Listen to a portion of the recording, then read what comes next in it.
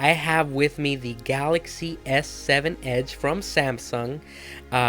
So lately I just converted over, or converted, I say that loosely here, because the fan bases for the particular phones here that we're talking about are so adamant about what's best. And so here we have the Galaxy S7 Edge, and I just wanted to give a few thoughts about it and what it's been like for me, coming from owning Apple products for the past 4.5 years, and why I decided to kind of make the jump over.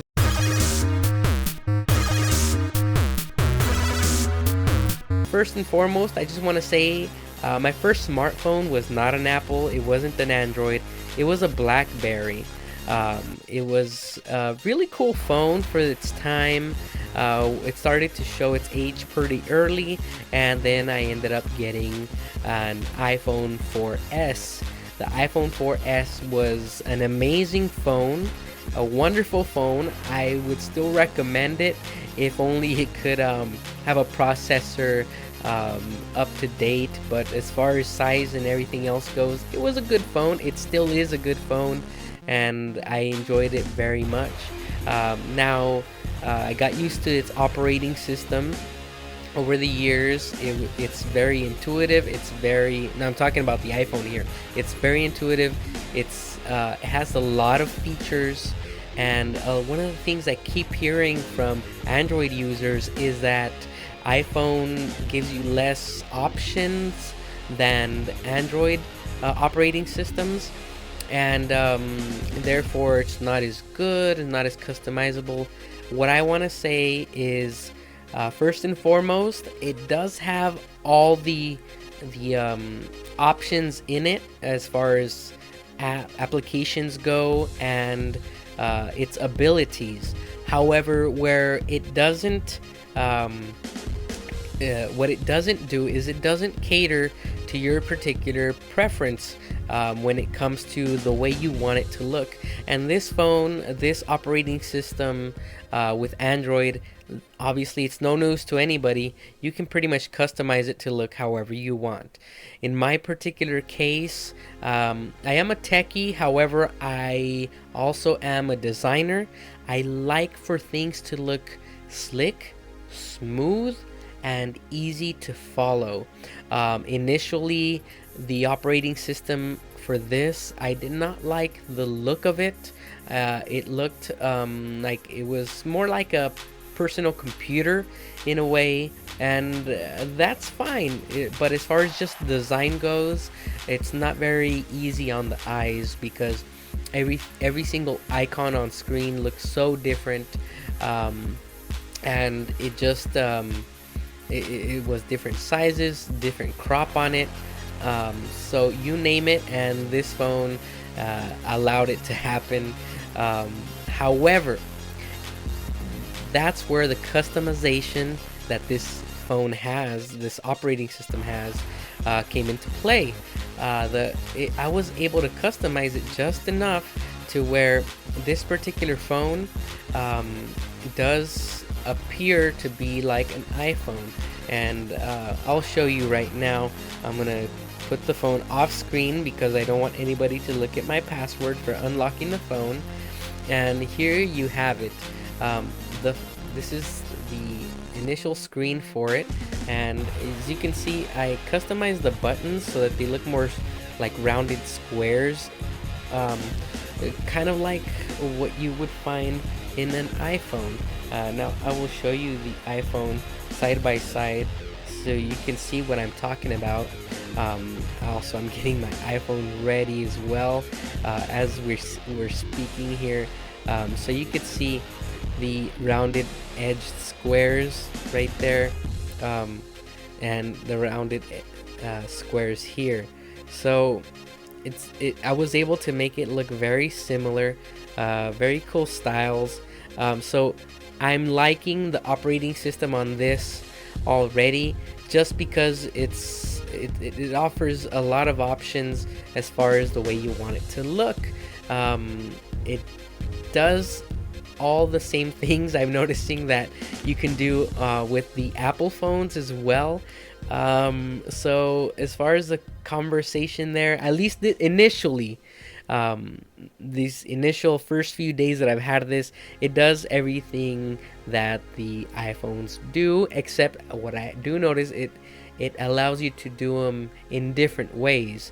They have them in different spots within the operating system, and it allows you to do it in more ways than one. So whereas the Apple products, they only allow you to do it one particular way, their way. It's a very simple way. It's very good, because that way everybody is doing the same exact process, same exact steps to get the same thing done as far as your applications go, or options, or whatever. So you won't have a million ways to do one thing. You'll just have one way to do one thing with the Apple phones.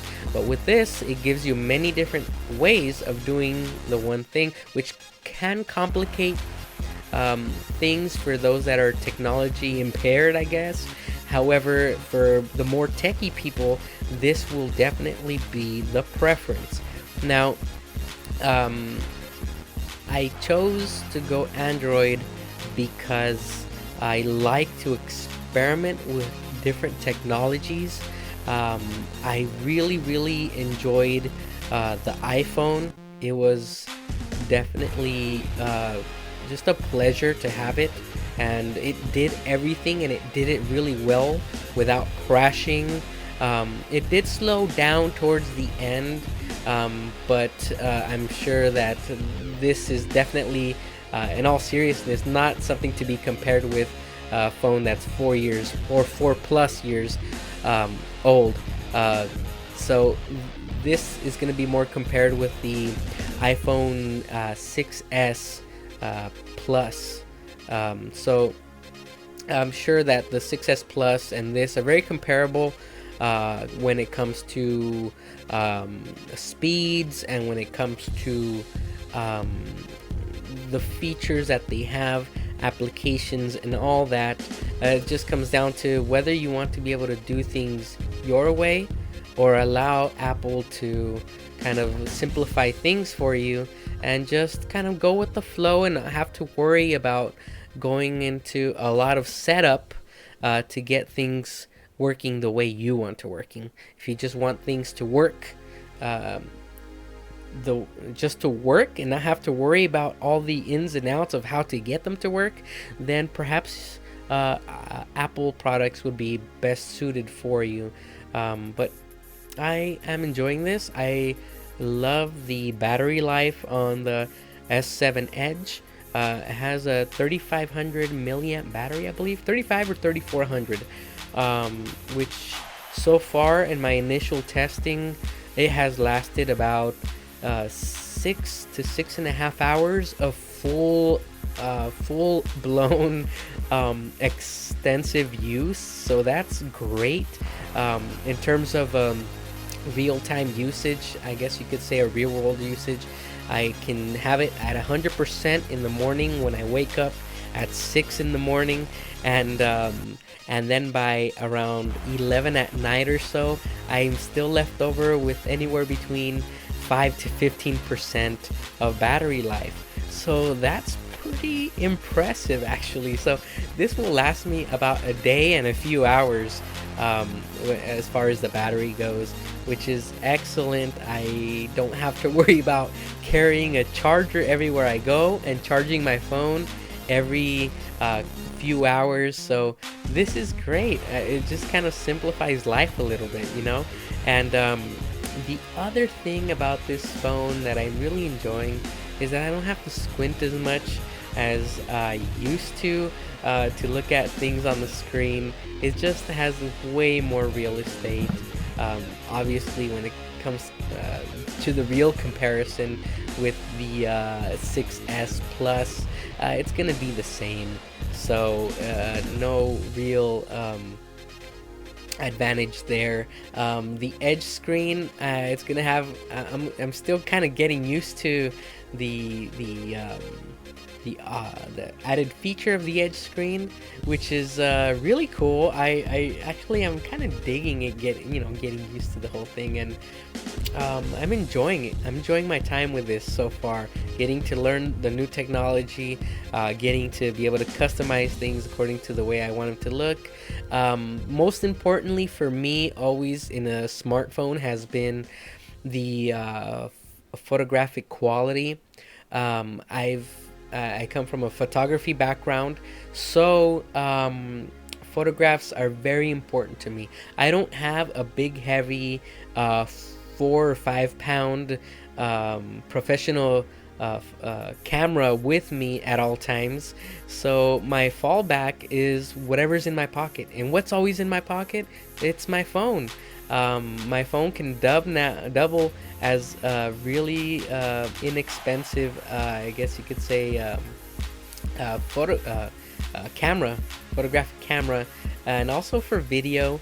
And one thing I really liked about this phone, and it's something that I've been telling people for many years, it's not about the number of pixels or megapixels that the camera displays. It's about the quality of those pixels, and the quality comes down to the sensor size. And so the sensor in this is very, very nice. They finally dropped the quality, or well, not quality, they dropped the megapixel count from 16 down to 12. However, the sensor has greatly increased.